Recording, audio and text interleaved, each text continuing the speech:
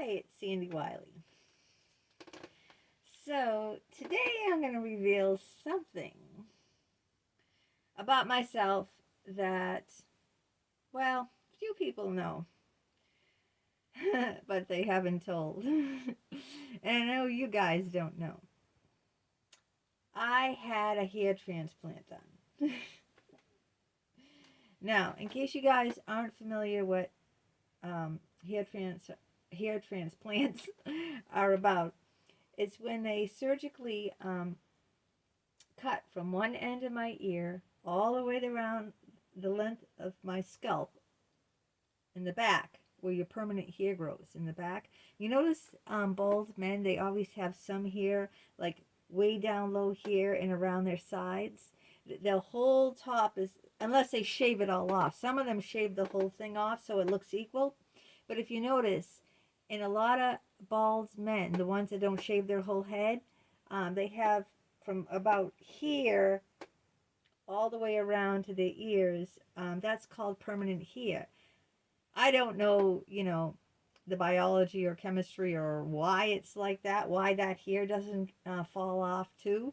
Well, why all the rest of it does. But anyway, they take that permanent hair and reattach it to all the places that are balding. And then your other hair just grows over it, so you don't even notice it's missing. Okay, you have to have a lot of hair for this, and I qualified. Not everyone qualifies for a hair transplant, but I did.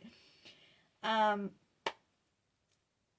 it's a myth to think that only men or people who are going under like chemotherapy go bald. Okay, there's a lot of healthy women that go bald from aging. And I believe this happened like in my mid 40s. Like, I was working at the Atrium Mall. So some of the people there knew because I had to take time off from work. So I'm thinking it must have been around the year 2010 or 11. I'm thinking around maybe that time. I'm guessing. But I was working at the Atrium Mall at that time. And I think that would have been, yeah, it had to be before gym, before 2012. So I'm guessing it had to be around maybe 2009 to 2011, around those two. I forget the exact time, but I was going really bald. I'm not kidding you. I mean, I was in my 40s and I was bald. I had male pattern baldness. You know how they have the high foreheads and then it gets higher and higher and then they get more. I mean, my husband has it. My husband's bald. Now, it's more sociably acceptable for men to be bald than women, okay? When someone sees a bald woman, unless they think she's some sort of like rebel or someone, in a cult who just shaved her head, I mean, if they see a bald woman, they think something like that. She's some sort of rebel. She belongs in a cult, or she's rebellious, or something like that. Or they think she's a cancer patient. They don't think anything in between, like this woman is losing her hair and desperately doesn't want to lose her hair. When you see bald men, no one thinks, they don't give it a second look. They don't think anything of it. So what? He's bald. It's not the same for women, and especially me. Now, I happen to love long, long hair. Unfortunately, my hair doesn't grow long. Okay, I don't cut my hair for years, but it splits off, and it doesn't, it doesn't grow like when I was young. If I never cut it, it will get longer and longer. It doesn't do that because I'm older. But my hair was balding really, really bad, And even though I wore a hat on my security job, and I think that's what it was, but the doctor, Dr. Leonard in Newton, who did the hair transplant, he told me it had nothing to do with wearing a hat. It didn't. But isn't it ironic that I started going bald when I got that security job, when I had to wear a hat every day for work? Never before did I ever wear hats, ever. Okay? Never wore a hat, and even in the wintertime wouldn't wear a hat because I didn't want to mess up my hair. You know, I love long, long, full hair.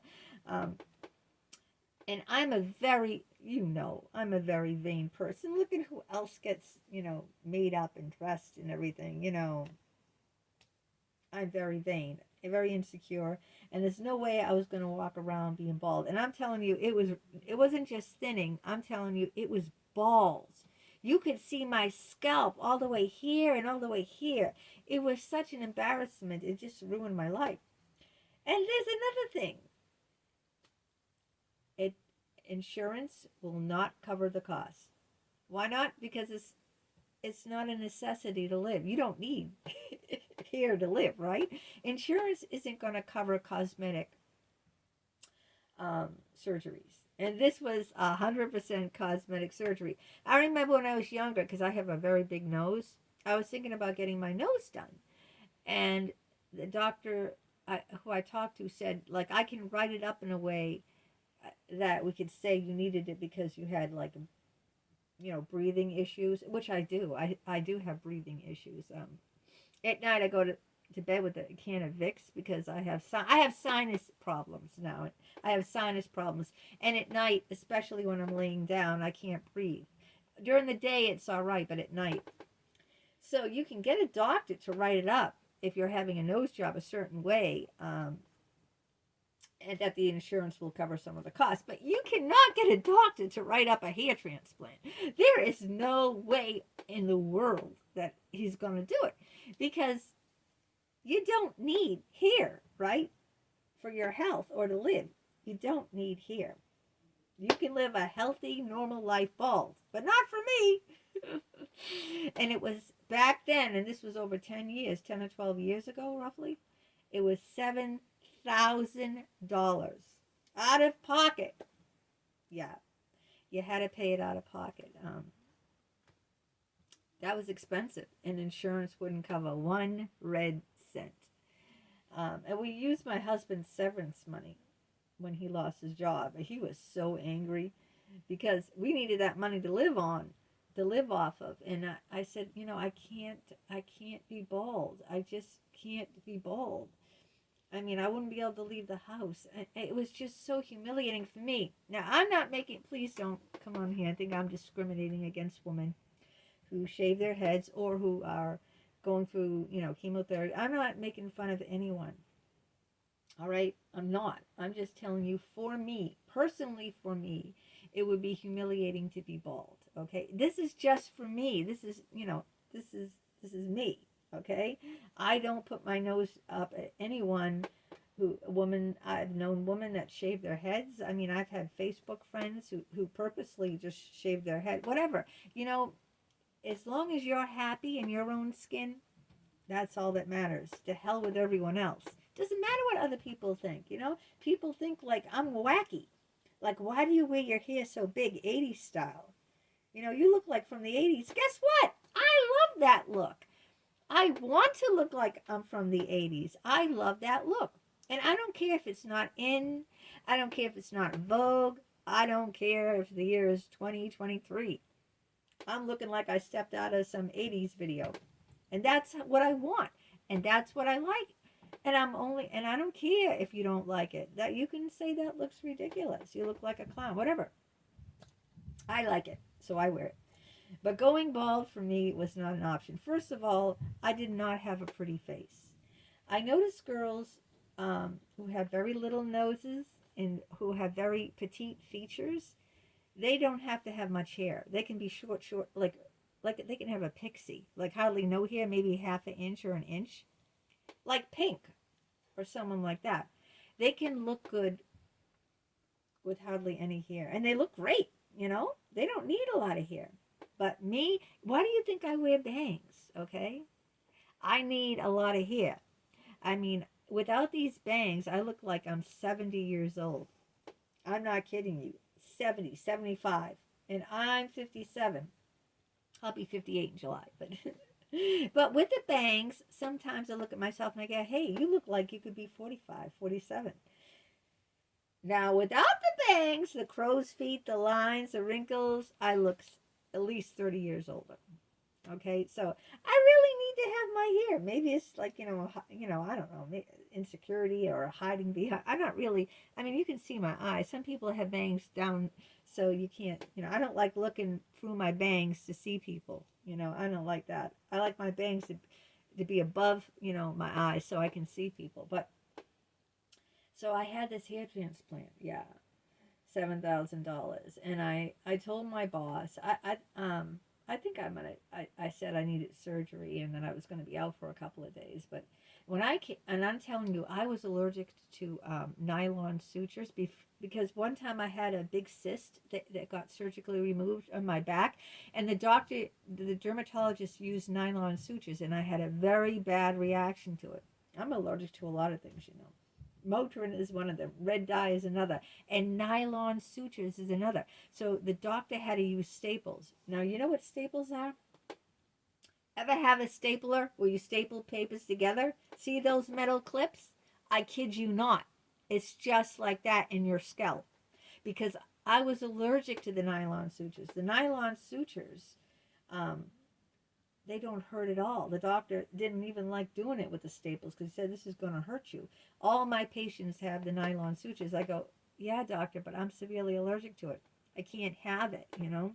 Just like I can't take Advil or Motrin because I'm allergic to ibuprofen. Um, so if I have a headache, and Tylenol does nothing, let me tell you. Absolutely. Might as well take nothing. It's like a placebo. So I went in, it was like a 6-hour surgery. And guess what? You couldn't drink for 2 weeks, not one drop of alcohol before the surgery because of the way your blood wouldn't clot or something like that. Yeah. Alcohol makes your blood thin. So you needed to be completely sober. I didn't have one drop, I didn't have one drink 2 weeks. That's what the doctor said. You had to sign something saying you're not going to drink any alcohol for 2 weeks before this procedure. And I did. I had a raging cold during the day. You're wide awake during it. They just numb you. They numb you, but you're awake, and they have a TV on in the room, and you watch the TV while they do it. First, they have to I guess they shave you, clear the area with the antiseptic. Um, they have to cut a layer of your skin with hair attached or something. Then they have to individually pluck those hairs, and then they have to replant those hairs into the area that's all bald. They have to replant each one, it's like 6 hours. It's an all day thing. Then when they put the staples, guess what? After that, I was in so much pain. I was crying. I was bawling. I couldn't sleep at night for 6 months. You know why? It felt like I had a football helmet on my head. I'm not kidding you. I couldn't lay down. When I went to the beach, to lay in, to take a tan, it hurt. It hurt. It hurt to put my head down. Imagine wearing a full football helmet like the football players do, the Patriots, on your head 24/7. That's what it felt like. I said, oh my God, I regret this. I should have never done it. I deeply regret it. It hurt. And then I had to go for hair treatments. It's not just that, because you have to protect the rest of your head. So I had to sit under these hot lamps. I forget, maybe 2 or 3 times a week, for like, I forget, was it a half an hour, 45 minutes? Maybe 45 minutes. Maybe not quite an hour. Something like that. I don't remember exactly. It was a while ago. But 2 or 3 times a week, I had to go back to the doctor's office and sit there under these lamps to treat the rest of my hair so it wouldn't fall out. Because all they do is replant the hair that fell out. They don't, they can't control other hair from falling out, and they make sure you are aware of that. If you don't get these hot light treatments, the rest of your hair could fall out. So you're going to have some implanted hair here, right where they implanted it, where they did the transplant from the back to the front. But then if your other hair starts falling out, you're going to look ridiculous. So you had to do it as part of the treatment. So it's time consuming. It's very expensive. They gave me shampoos that to protect, medicated shampoos to protect it. All the medicated shampoos on the market that help with hair growth, they have very bad side effects. I'm going to let you know that now. That's why I didn't do that. They give you heart palpitations. You can have a heart attack. They can make hair grow in other parts of your body that you don't want here. I mean, they're very, very bad side effects, there's other ways you could go other than transplants. That's one, and is pills. My doctor told me that he was on pills. I don't know what prescription pills to stop the hair loss. It worked for him. I mean, he had a nice set of hair, but he said if he stopped taking those pills, he would lose all his hair. I don't like taking drugs. I know I drink a few drinks every night, and I don't like doing that either, but it calms me down right now. But I don't like taking drugs. Personally, I mean, if my son is on a slew of drugs because he'd die of seizures. He has permanent brain damage. He's on Ritalin he's on psychotropic drugs, my son. He has to. The doctor said if he didn't take those drugs, he'd have to be institutionalized.